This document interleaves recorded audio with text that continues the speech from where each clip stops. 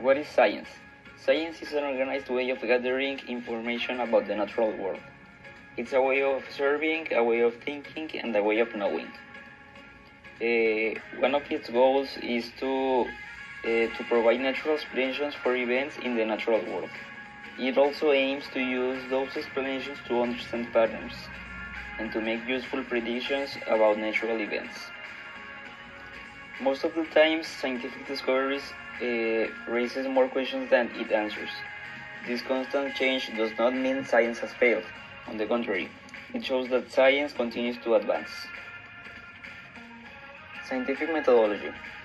Well, there isn't a single scientific method. There is, however, a general style of investigations that is called scientific methodology, which involves observing and asking questions, inferring and forming hypotheses, designing controlled experiments, collecting and analyzing data, and drawing conclusions.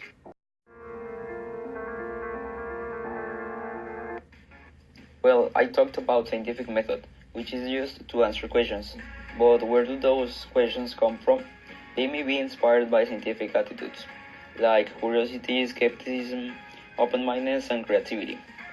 Skepticism means that scientists question existing ideas and hypotheses and refuse to accept explanations without evidence. Open-mindedness.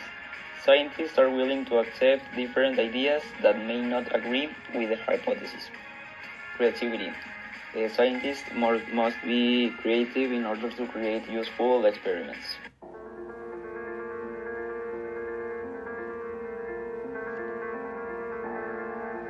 The word theory is both used in science and in everyday life, and it is important to understand that the meaning you give the word theory in daily life is very different from the meaning in science.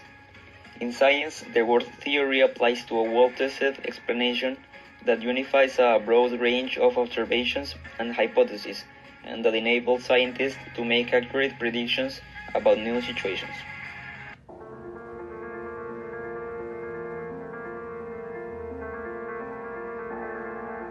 When scientists explain why something happened, their explanation involves only natural phenomena.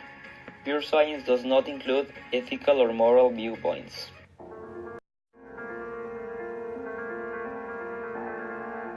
Bias, well, bias is a particular preference or point of view that is personal rather than scientific.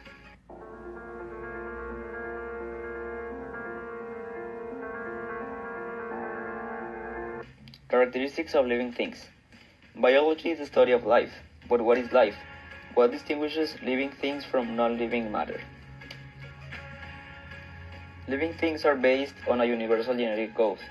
All organisms store their complex information they need to live, grow, and reproduce in a genetic code written in a molecule called DNA. Living things grow and develop. Every organism has a particular pattern of growth and development. Living things respond to their environment. Organisms detect and respond to the stimuli from their environment. Living things are made up of cells. All organisms are composed of one or more cells.